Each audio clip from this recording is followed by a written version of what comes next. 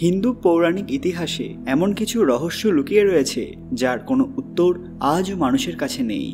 আজও রামায়ণ মহাভারতের মতো গ্রন্থকে নিয়ে এমন কিছু তথ্য উঠে আসে যা সবাইকে ভাবিয়ে তোলে। তেমনি একটি প্রশ্ন হলো, শ্রীকৃষ্ণের বংশের কেউ কি আজও বেঁচে আছেন?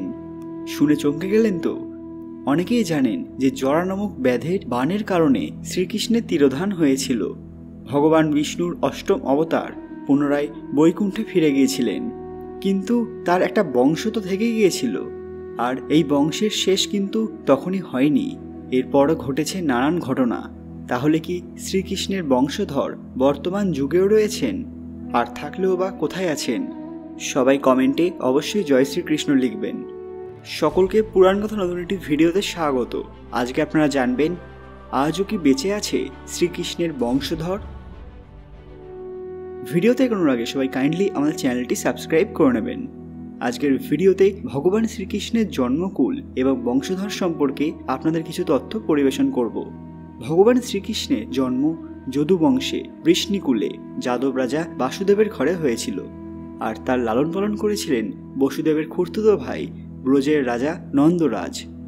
মহাভারত থেকে জানা যায় যাদবরা অনেকগুলি কুলে বিভক্ত ছিলেন, যথা বৃষ্ণি, অন্ধক, মধু, ছেদি ইত্যাদি। ভগবান শ্রীকৃষ্ণের জন্ম বৃষ্ণিকুলে হয়েছিল। বসুদেবের পিতার নাম সুরসেন ছিল, সেই কারণে এই বংশের যাদবদের সুরসেনী যাদব বলা হতো। আজকের ভিডিওতে আমরা ভগবান শ্রীকৃষ্ণের বংশধরদের সম্পর্কে এমন কিছু তথ্য তুলে ধরব যা আপনারা কখনো শোনেননি। মাতা গান্ধারী এবং ঋষি দুর্বাসার অভিশাপের ফলে দ্বারকায় যাদবরা নিজেদের মধ্যে অন্তর্দ্বন্দ্বে জড়িয়ে পড়েছিলেন। এর ফলে বহু যাদবের মৃত্যু হয়েছিল। কেবলমাত্র শ্রীকৃষ্ণের পত্নীরা এবং অনিরুদ্ধের পত্নীর গর্ভে পালিত শ্রীকৃষ্ণের প্রপৌত্র ব্রজনাভ এবং অল্প কিছু যদুবংশী বালক বেঁচে ছিলেন, যাকে অর্জুন নিজের স্থানে অর্থাৎ হস্তিনাপুর নিয়ে যাচ্ছিলেন। কিন্তু পথের মধ্যে ডাকাতেরা শ্রীকৃষ্ণের পত্নীদের এবং গোপিনীদের সমস্ত রত্নাদি লুট করে নেয়। এরপর অনেক কষ্টে অর্জুন সবাইকে ইন্দ্রপ্রস্থে নিয়ে গিয়েছিলেন। ব্রজনাভ বড় হলে তাকে ব্রজের রাজা করা হয়েছিল। এবার ব্রজনাভের বংশধরদের সম্পর্কে কিছু বলবো। সবার প্রথমে বুন্দেলখণ্ড আহিরবাড়াতে যেসব যাদব বসবাস করতেন সেই সব যাদব এবং ঠাকুর বংশের অর্থাৎ দাও যাদবদের কথা বলবো, যাদের নাইনগাঁও, রেবাই, অজয়গড় ইত্যাদি বড় বড় রাজঘরানা ছিল। সেই সব যাদব ঠাকুরদের মধ্যে কামারিয়া ঠাকুরও ছিলেন। বুন্দেলখণ্ডে এদের জমিদারি ছিল। শোনা যায় কামারিয়া এবং দাও যাদবরা একসাথে মথুরা থেকে বুন্দেলখণ্ডে এসেছিলেন। এদের মধ্যে অল্প কিছু মানুষ ব্রজভূমিতে রয়ে গেছেন। দাও এবং কমরিয়া যাদবদের কুলদেবী হিসেবে শ্রী কৈলা কঙ্কালী মাতাকে মান্যতা দেওয়া হয়। বিহার এবং নেপালে যেসব যাদবরা রয়েছেন তারাও ভগবান শ্রীকৃষ্ণের বংশধরদের অন্যতম শাখা, যাদের কৃষ্ণৌত যদুবংশী বলা হয়।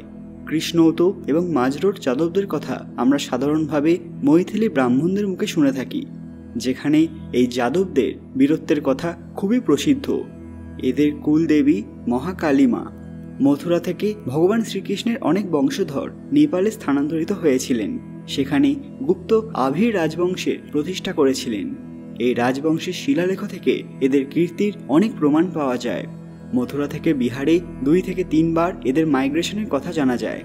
কিছু যাদব পরে বাংলায় এসে গোপ ভূমি প্রতিষ্ঠা করেছিলেন, যারা পরবর্তীতে সৎগোপ নামে পরিচিত হন। রাজ, নারজোল এবং কালিকাপুর স্টেট ইত্যাদি জমিদারি স্থাপন করেছিলেন। উত্তরপ্রদেশের পশ্চিম অংশে আহিরি যাদবদের মধ্যে সবথেকে শক্তিশালী বুদ্ধ নামক আহিরি রাজা। ইনি বান্দা ইউ শহর প্রতিষ্ঠা করেছিলেন। আহিরি যাদবদের ব্রজনাভর বংশধর বলে মনে করা হয়। এদেরও অনেক বড় বড় রাজবংশ ছিল। এবার ইসরায়েল অফ ইন্ডিয়া বলে বিখ্যাত আহির ওয়ালেলের কথা বলবো। এই জায়গায় কিছু গোত্র যেমন আফ্রিকা, খোলা, নুনিয়াল এরাও ভগবান শ্রীকৃষ্ণের বংশধর ছিলেন। ভারতের স্বাধীনতা সংগ্রামের সময় পর্যন্ত এমন বহু রাজার কথা শোনা যায় যারা যদু বংশের সঙ্গে যুক্ত, যাদের মধ্যে রাজা রাও তুলারাম, গোপাল দেব, রাও কিষাণ সিংজির নাম উল্লেখযোগ্য। গুজরাটেও অনেক আহির বংশের উল্লেখযোগ্য মানুষের বীরত্বের কথা শোনা যায়। বোদার, ঢির, ডাঙর গোত্রর আহিররা গুজরাটে শ্রীকৃষ্ণের বংশধর বলে পরিচিত। ইনাদের কুলদেবী মাতা চামুন্ডা। এছাড়া দক্ষিণ ভারতের দেবগিরি, বিজয়নগরে অনেক যাদব বংশীয় রাজা খ্যাতি লাভ করেছিলেন এবং প্রতিষ্ঠিত ছিলেন। ফলে বুঝতেই পারছেন যে শ্রীকৃষ্ণের তিরোধানের পরেও এমন অনেক ঘটনা ঘটেছিল যা আজও আমাদের জ্ঞানের পরিধির বাইরে। কিন্তু আমি যতটা পারলাম সেই সম্পর্কে তথ্য দেওয়ার চেষ্টা করলাম। এই তথ্যগুলি যদি আপনাদের একটু উপকারী বলে মনে হয় অবশ্যই লাইক করবেন এবং ভিডিওটি যতটা সম্ভব শেয়ার করে দেবেন, যাতে পৃথিবীর প্রত্যেক মানুষ এই দরকারি তথ্যগুলি জানতে পারেন। বন্ধুরা, বর্তমান পৃথিবীতেও যাদব বংশীয় অনেকেই আছেন। আপনাদের কি মনে হয় এনারা কি ভগবান শ্রীকৃষ্ণের বংশধর? সেটা কমেন্টে অবশ্যই জানাবেন। আর হ্যাঁ, কমেন্ট বক্সে জয় শ্রীকৃষ্ণ লিখতে ভুলবেন না। আরও এরকম ভিডিও দেখতে পুরাণ কথা অফিসিয়াল চ্যানেলটি মনে করে সাবস্ক্রাইব করে নেবেন। খুব তাড়াতাড়ি ফিরে আসবো নতুন একটি দরকারি ভিডিও নিয়ে। ততক্ষণ আপনারা এই ভিডিওগুলি দেখতে পারেন। ধন্যবাদ।